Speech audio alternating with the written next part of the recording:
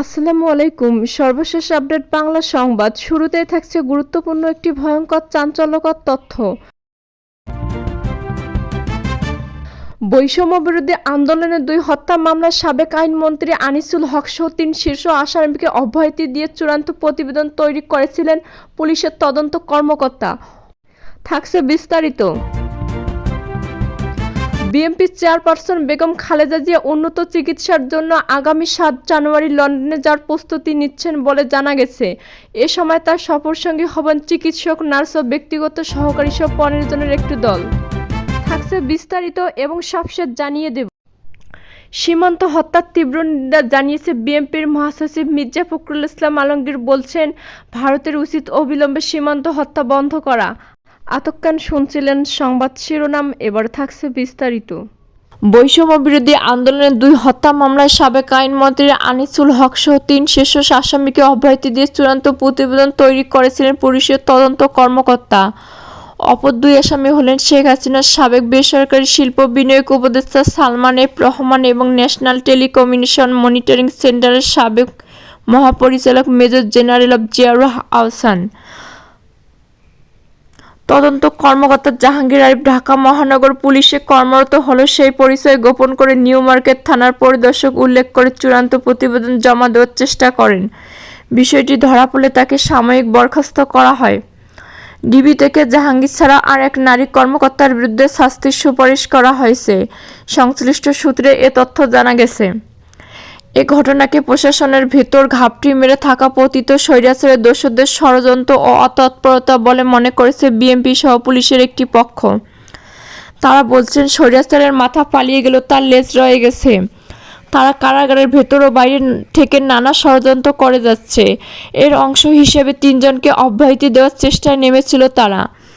এক্ষেত্রে পরিকল্পনায় আনিসুল, সালমান ও জিয়ার মতো 3 মোড়ল ছাড়া আরও অনেক বড় মাথা জড়িত রয়েছে। এ দোষরদের চিহ্নিত করে সরিয়ে দেওয়া না হলে এমন ঘটনা ঘটতেই থাকবে। বীজদাঁত ভেঙে দেওয়ার কথা বলছেন বিএনপি চেয়ারপারসনের উপদেষ্টা অ্যাডভোকেট সৈয়দ মোয়াজ্জেম হোসেন আলাল ও দলটির স্থায়ী কমিটির সদস্য এজেড এম জাহিদ হোসেন সহ সংশ্লিষ্টরা। ডিএমপি ও ডিবির একাধিক কর্মকর্তার নাম প্রকাশ না করে সত্যি যুগান্তরকে বলেন, আওয়ামী লীগ ক্ষমতা ধরে রাখার জন্য পুলিশ সহ প্রশাসনের ধাপে ধাপে এবি ও সিটিএম তৈরি করেছিল। ছাত্র জনতার আন্দোলনে পুলিশের এ টিমের শীর্ষ কেউ কেউ দেশে ছেড়ে পালিয়ে গেলে অনেকে রয়ে গেছেন। এছাড়া বি ও সি টিমের সদস্যরা সব জায়গায় ঘাপটি মেরে আছেন। দেশের বাইরে এবং কারাগারের ভেতরে থাকা স্বৈরাচারের দোষরদের সঙ্গে সেসব কর্মকর্তার নিয়মিত যোগাযোগ রয়েছে। এই শীর্ষ 3 মোড়ল মামলা থেকে অব্যাহতি পেতে কারাগার থেকে ভেড়কি দেখাতে চেয়েছিলেন। ফলে ঘাপটি মেরে থাকা দোষরদের না সরানো হলে ভবিষ্যতে এমন অবস্থা চলতে থাকবে। ডিবি সূত্রে জানা যায়, নিউ মার্কেট থানায় 2টি হত্যা মামলায় আনিসুল হক, সালমান এফ রহমান, জিয়াউর আহসানকে অব্যাহতি দিয়ে চূড়ান্ত প্রতিবেদন আদালতে দাখিলের চেষ্টা করেন মোহাম্মদ জাহাঙ্গীর আরিফ। তিনি নিজের পরিচয় গোপন করে নিউ মার্কেট থানার পরিদর্শক উল্লেখ করে 23 অক্টোবর চূড়ান্ত প্রতিবেদন দাখিলের চেষ্টা করেছিলেন। প্রতিবেদন দাখিলের ক্ষেত্রে ঊর্ধ্বতন কর্মকর্তাদের অনুমতি নেওয়ার নিয়ম থাকলেও অনুসরণ করেননি তিনি। বিষয়টি নিয়ে তার কাছে জানতে চাইলেও তিনি এডিসি সানজিদার কথা বলেন। 2023 সালের সেপ্টেম্বরে তৎকালীন ছাত্রলীগের 3 নেতাকে বারডেম হাসপাতাল থেকে তুলে নিয়ে শাহবাগ থানায় আটকে ব্যাপক মারধরের ঘটনায় সানজিদার নাম আলোচনায় এসেছিল।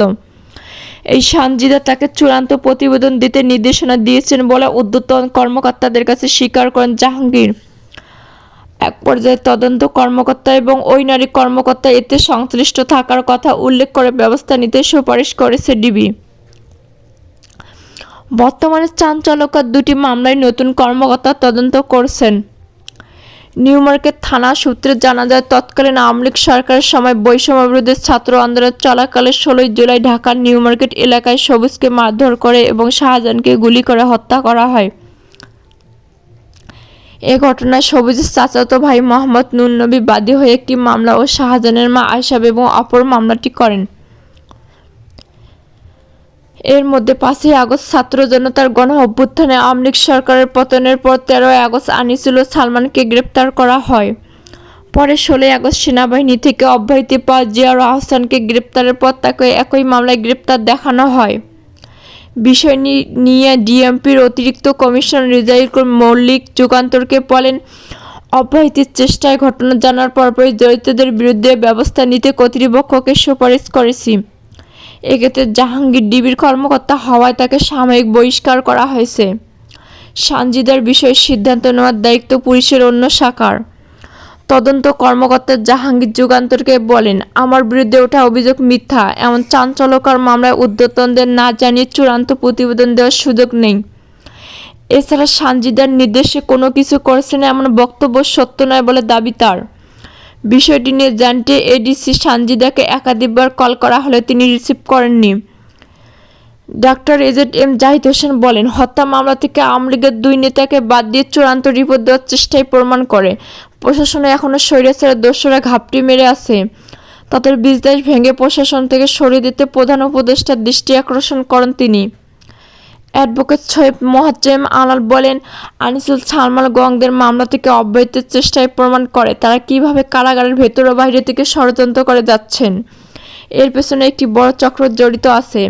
যারা এটিকে একটি টেস্ট কেস হিসেবে নিয়েছিল তারা সফল হলে এখন আর অনেক ঘটনা বাস্তবায়ন করত। বিএনপি চেয়ারপারসন বেগম খালেদা জিয়া উন্নত চিকিৎসার জন্য আগামী 7 জানুয়ারি লন্ডনে যাওয়ার প্রস্তুতি নিচ্ছেন বলে জানা গেছে। এ সময় তার সফরসঙ্গী হবেন চিকিৎসক, নার্স ও ব্যক্তিগত সহকারী সহ 15 জনের একটি দল। দুপুরে কালবেলাকে এ তথ্য জানান খালেদা জিয়ার ব্যক্তিগত সহকারী এবিএম আব্দুস সাত্তার। তিনি বলেন, খালেদা জিয়ার বিদেশ যাওয়ার দিন এখনও চূড়ান্ত হয়নি, তবে 7 জানুয়ারি ঘিরে প্রস্তুতি নেওয়া হচ্ছে। খালেদা জিয়া লিভার সিরোসিসে আক্রান্ত। চিকিৎসকরা জানিয়েছে তার লিভার প্রতিস্থাপন প্রয়োজন। এছাড়া 79 বছর বয়সী খালেদা জিয়া দীর্ঘদিন ধরে হৃদরোগ, ফুসফুস, কিডনি, অ্যাথরাইটিস, ডায়াবেটিস সহ বিভিন্ন জটিলতায় ভুগছেন। খালেদা জিয়ার ব্যক্তিগত চিকিৎসক ও বিএনপি স্থায়ী কমিটির সদস্য অধ্যাপক ডক্টর এজেড জাহিদ হোসেন গত 29 অক্টোবর সাংবাদিকদের জানান, উন্নত চিকিৎসার জন্য খালেদা জিয়াকে প্রথমে লং ডিস্টেন্স স্টাইলেট এয়ার অ্যাম্বুলেন্সে লন্ডনে নিয়ে যাওয়া হবে। এরপর সেখান থেকে তাকে অন্য একটি দেশে মাল্টিডিসিপ্লিনারি মেডিকেল সেন্টারে নেওয়া হবে। সে দেশটি যুক্তরাষ্ট্র বলে জানা গেছে। দলীয়ভাবে খোঁজ নিয়ে জানা গেছে, গত আগস্টের শুরুতে নবায়নকৃত মেশিন রিডেবল পাসপোর্ট খালেদা জিয়ার কাছে হস্তান্তর করা হয়। এরপর নভেম্বরে তিনি যুক্তরাষ্ট্রের ভিসার কাজ শুরু করেন। ইতিমধ্যে যুক্তরাষ্ট্র ও যুক্তরাজ্য ছাড়াও সৌদি আরবের ভিসা পেয়েছেন বেগম জিয়া। চিকিৎসা শেষে দেশে ফেরার সময় সৌদি থেকে ওমরাহ করতে পারেন তিনি। খালেদা জিয়ার সফরসঙ্গী হিসেবে ইতিমধ্যে অন্তত 15 জনের একটি তালিকা পররাষ্ট্র মন্ত্রণালয়ে দেওয়া হয়েছে। গত 30 অক্টোবর অন্তর্বর্তী সরকারের পররাষ্ট্র উপদেষ্টা মোহাম্মদ তৌহিদ হোসেন সাংবাদিকদের জানান, বিএনপি চেয়ারপারসন খালেদা জিয়া যুক্তরাজ্যে যাবেন এবং ওই দেশের ভিসা পাওয়ার জন্য সহায়তা দেবে পররাষ্ট্র মন্ত্রণালয়। সফরকারীদের মধ্যে বেগম জিয়ার পরিবার ও তার সহকারী রয়েছেন। এর আগে 2017 সালের 16 জুলাই তিনি লন্ডন গিয়েছিলেন। এরপর একাধিক মামলার পরোয়ানা মাথায় নিয়ে ওই বছরের 18 অক্টোবর দেশে ফেরেন খালেদা জিয়া। ওই সময় তিনি যুক্তরাজ্যের ডা হেডলি বেরির চিকিৎসা গ্রহণ করেন। 2018 সালে 8 ফেব্রুয়ারি জিয়া অরফানেট স্টোর সংক্রান্ত দুদকের মামলায় সাজাপ্রাপ্ত হয়ে কারাগারে যান বিএনপি চেয়ারপারসন। পরে 2020 সালের মার্চে তৎকালীন আওয়ামী লীগ সরকার নির্বাহী আদেশে শর্ত সাপেক্ষে বেগম জিয়াকে সাময়িক মুক্তি দেয়। প্রতি 6 মাস পর তার সাময়িক মুক্তির মেয়াদ বাড়ানো হয়। চলতি বছরের 5 আগস্ট ক্ষমতার পট পরিবর্তন হলে পরদিন বসুন্ধরা এবারকার হাসপাতালে চিকিৎসাধীন থাকা খালেদা জিয়ার স্থায়ী মুক্তির আদেশ দেন রাষ্ট্রপতি মোহাম্মদ শাহাবুদ্দিন। সীমান্ত হত্যার তীব্র নিন্দা জানিয়ে বিএনপির মহাসচিব মির্জা ফখরুল ইসলাম আলমগীর বলছেন, ভারতের উচিত অবিলম্বে সীমান্ত হত্যা বন্ধ করা। আমরা সবসময় সীমান্ত হত্যার বিরুদ্ধে কথা বলেছি। সন্ধ্যায় সিলেটে ওসমানী আন্তর্জাতিক বিমানবন্দরের সাংবাদিকদের সঙ্গে আলাপকালে তিনি এসব কথা বলেন। বিএনপির নেতা ও সিলেট 6 আসনে বিএনপি মনোনীত সাবেক সংসদ সদস্য প্রার্থী ফয়সাল আহমেদ চৌধুরীর মেয়ের বিয়েতে যোগ দিতে সিলেটে আসেন মির্জা ফখরুল। তার সঙ্গে ছিলেন বিএনপির স্থায়ী কমিটির সদস্য গয়েশ্বর চন্দ্র রায়, বিএনপির নেত্রী নিপু রায়। বিমানবন্দরে বিএনপির মহাসচিব বলেন, আমরা সবসময় সীমান্ত হত্যার বিরুদ্ধে কথা বলেছি। আমরা তীব্র নিন্দা জানাই এবং আমরা মনে করি ভারতের অবিলম্বে এই সীমান্ত হত্যা বন্ধ করা উচিত। গণ অভ্যুত্থান পরবর্তী পরিস্থিতি সম্পর্কে একটা প্রশ্নের জবাবে তিনি বলেন, এখন মুক্তির আবেগ। আমরা একটা ফ্যাসিস্ট রোলারের হাত থেকে মুক্ত হয়েছি, সেই আবেগ আছে। সেই সঙ্গে এখন আমরা গণতন্ত্রের জন্য সবাই মিলে কাজ করছি, সুন্দর ভবিষ্যতের জন্য কাজ করছি। দলের চেয়ারপারসন বেগম খালেদা জিয়া প্রসঙ্গে এক প্রশ্নের জবাবে মির্জা ফখরুল বলেন, যেহেতু উনি চিকিৎসার জন্য যাচ্ছেন, পরে চিকিৎসা নিয়ে আসলে দলকে উদযাপিত করবেন।